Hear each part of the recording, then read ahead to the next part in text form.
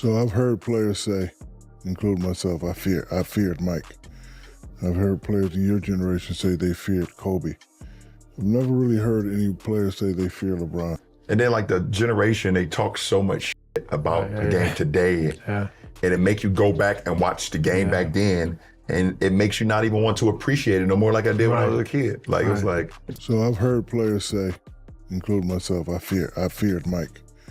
I've heard players in your generation say they feared Kobe. I've never really heard any players say they fear LeBron. Nobody feared him. Those three sharp words from Shaquille O'Neal sliced through every stat, every trophy, and every record LeBron James ever stacked up. When you realize why a four-time NBA champion who actually played next to both LeBron and Kobe keeps repeating this claim, the whole GOAT conversation suddenly flips in a way nobody expected. This isn't some salty ex-player talking from the sidelines. This is a Hall of Famer with first-hand experience calling out something the mainstream outlets keep dodging. And what he hinted at hits way deeper than most people catch. The moment that sparked all this dropped on Shaq's podcast in March 2024 with his former teammate Mario Chalmers sitting right there staring at him. And what Shaq let out that day sent LeBron's entire fanbase into total chaos. Shaq broke down how during his run in the league, players straight up admitted they feared Michael Jordan, and the next wave of hoopers openly said the same thing about Kobe Bryant. But LeBron? Shaq said he never heard a single player claim they were scared of facing him on the court. Not once. LeBron heard the chatter fast and fired back in classic LeBron fashion, hopping on Instagram to flex how his streak of double-digit scoring games lasted longer than Shaq's whole career. And that stat is definitely wild. Nobody can deny that. But the real twist is that LeBron's response didn't touch the heart of what Shaq was pointing out. Not even a little. I didn't think players really feared LeBron like they did Jordan. I never heard anybody say it. And it's not that you shouldn't fear Bron. I just think at the end of the day, Bron has been through so much that he wanted to be liked. So it was kind of like, he is a nice guy. Yeah, I'm gonna do things now where like people like me, people respect. Shaq wasn't talking about numbers, longevity, or anything you could squeeze into a spreadsheet. He was talking about that deep down feeling players got in their gut when they knew Jordan was coming their way. That long, restless night players had before guarding Kobe. That mind game pressure that split the true legends from everybody else. None of that shows up on any stat line ever made, and that was exactly Shaq's point. Chalmers backed this up with something even more personal. He played right next to LeBron during those Miami championship years. He saw the locker room energy, the huddle talks, the film sessions, the behind-the-scenes stuff nobody outside the team ever gets to witness. And his take was blunt, simple, and it definitely hit hard. According to him, LeBron dealt with so much criticism and noise that he eventually shifted his whole approach. He decided being liked mattered more than being feared. He wanted people to respect him and see him as the good guy, the one everyone could cheer for. Jordan and Kobe? They moved on a completely different frequency. Whether someone liked them didn't mean a thing. Whether someone thought they were good people off the court had zero impact on how they performed. What mattered to them was making sure opponents were nervous just thinking about sharing the floor with them. Jordan wanted players staring at the ceiling the night before a game, already stressed about guarding him. Kobe wanted to crack you mentally before the ball even left the referee's hand. That was their whole vibe. LeBron, instead, leaned toward admiration and approval. And in the world of basketball greatness, that difference is a lot bigger than most folks want to admit.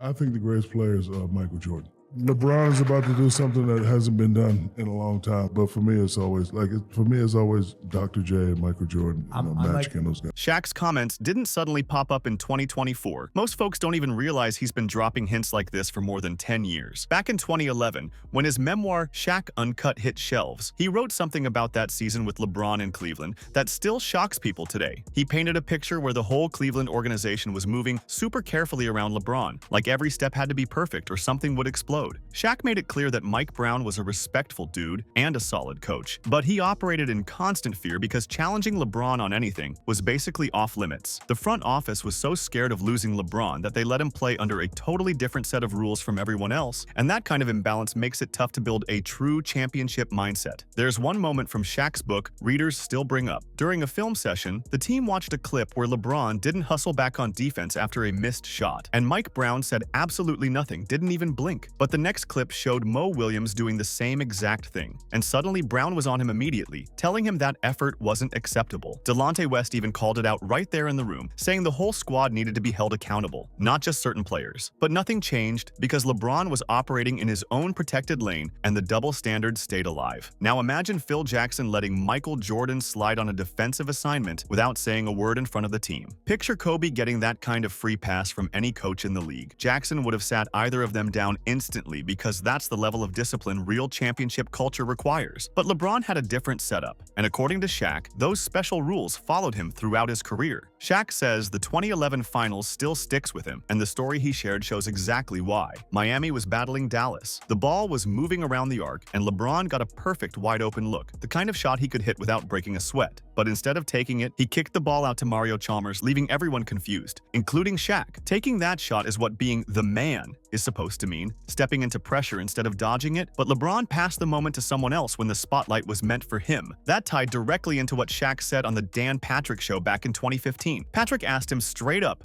to choose between Kobe and LeBron in their prime. No dodging, no fancy answers. Shaq didn't even pause for a second before saying Kobe had that killer instinct, and that was all he needed to know. Then Patrick followed up. What about Kobe and LeBron in their prime? What about Kobe and LeBron in their prime?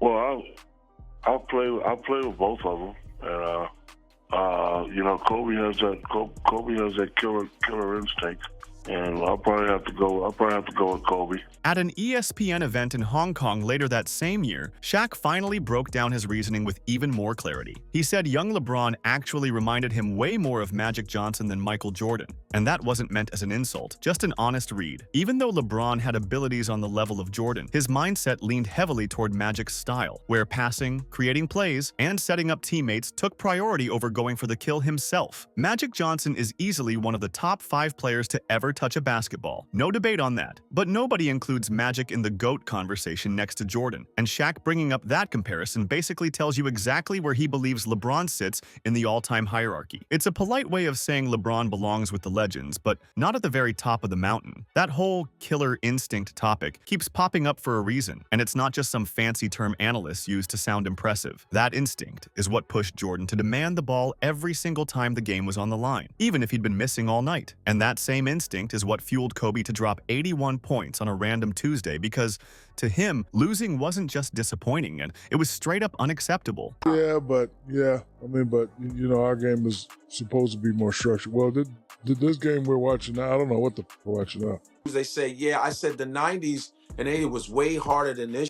You guys, this is like kind of soft. That mentality, the real killer edge, shows up in those heavy pressure moments where regular players start folding. And according to people who were right there watching it live, LeBron has folded in those spots more than once. Back in 2021, LeBron publicly blasted the NBA's packed schedule after a wave of injuries hit the league, and Shaq fired back instantly. Shaq reminded everyone that 82 games were played every single year by the legends. He played them, Jordan played them, Jerry West played them, Kareem played them, Magic and Bird played them. All of them handled the schedule without complaining. And now players earning $30, $40, even $50 million a season want fewer games? Shaq wasn't letting that slide. Shaq said all that analytical reasoning from agents is just a fancy excuse masking what players really want: a longer career for one more massive payday. The money is so huge now that stretching out a career for 2 or 3 extra years can mean another $500 million.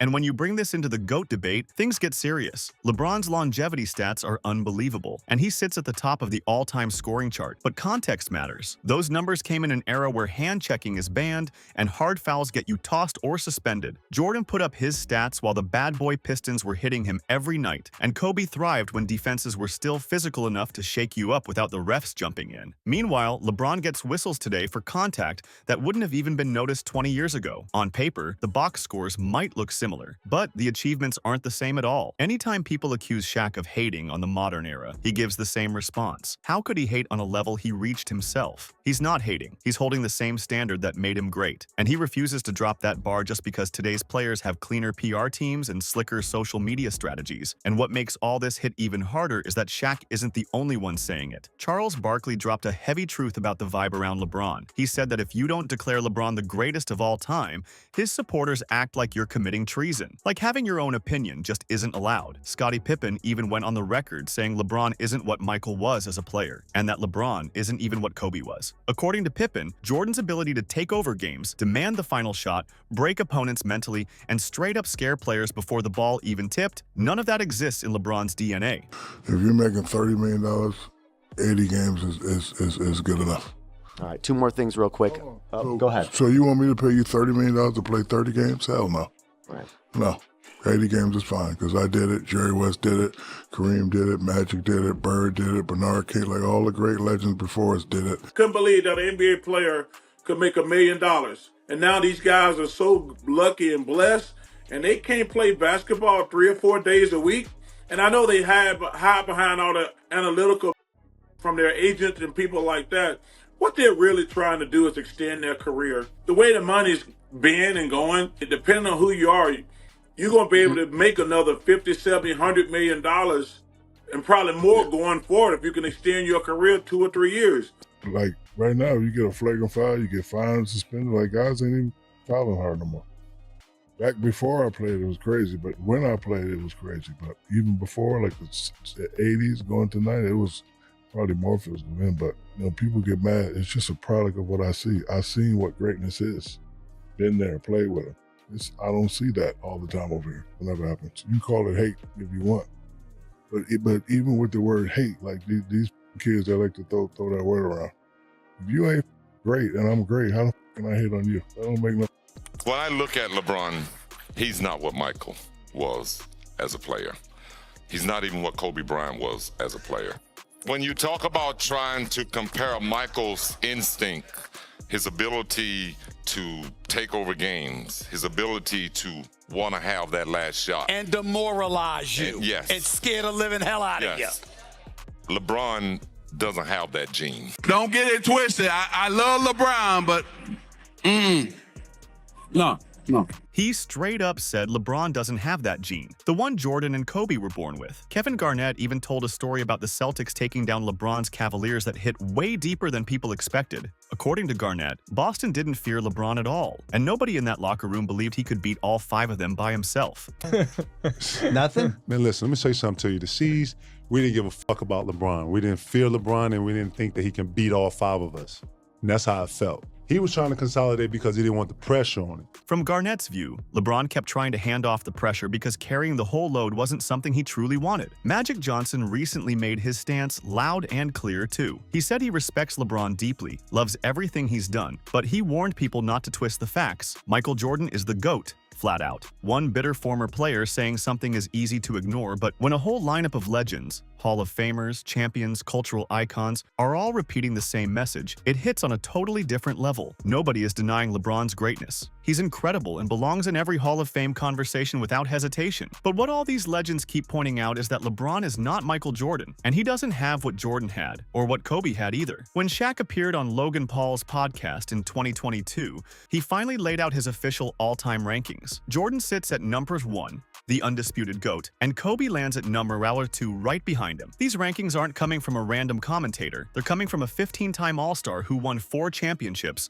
grabbed 3 Finals MVPs, and dominated one of the most physical eras the game has ever seen. And because Shaq actually played with both Kobe and LeBron, he's got a level of comparison nobody else can offer. His conclusion, after all that first-hand experience, it's crystal clear every time he says it. Now, being fair means giving LeBron his credit too. Shaq has defended him on several occasions. When people questioned LeBron's killer instinct, Shaq snapped back asking how anyone scores 38,000 points without having that fire inside them. He also praised LeBron as the greatest young leader he ever played with, something that impressed him right away. So none of this is about tearing LeBron down or pretending he isn't an all-time great or that's not what Shaq or anyone else is saying. What Shaq keeps doing is drawing a line. The line between being one of the greatest ever and being the greatest ever. Those two categories aren't the same. LeBron is unquestionably a top 3 talent in basketball history, and his achievements won't be repeated by future players. His longevity doesn't even seem real sometimes, but calling him the greatest? That's a different conversation entirely. The fear factor that made opponents dread facing Jordan simply doesn't show up with LeBron. The ruthless instinct that pushed Kobe to drop 81 points isn't something LeBron carries either. The super team era began with LeBron instead of him trying to go through the competition straight up, and the era he played in, softer rules, easier whistles, inflated stat lines, created numbers that look similar to past legends but came from totally different conditions. When you compare mentality, clutch dominance, and psychological impact on opponents, LeBron consistently lands behind Jordan and Kobe every single time. Calling that that hate would be wrong. What these legends are giving is the truth from people who know exactly what greatness looks like because they lived it up close. What Shaq has been trying to expose for more than a decade isn't that LeBron is overrated or weak. It's something more subtle and way more real. Despite all the accomplishments and carefully managed narratives, LeBron doesn't have the same essence that made Jordan and Kobe truly transcendent. To LeBron, being liked mattered more than being feared. And in the world of basketball, where legends are measured by how many opponents they mentally crushed before the buzzer, that choice carries more weight than any scoring record ever could. And everyone who actually battled at that level keeps saying the same thing. Maybe it's finally time people start listening.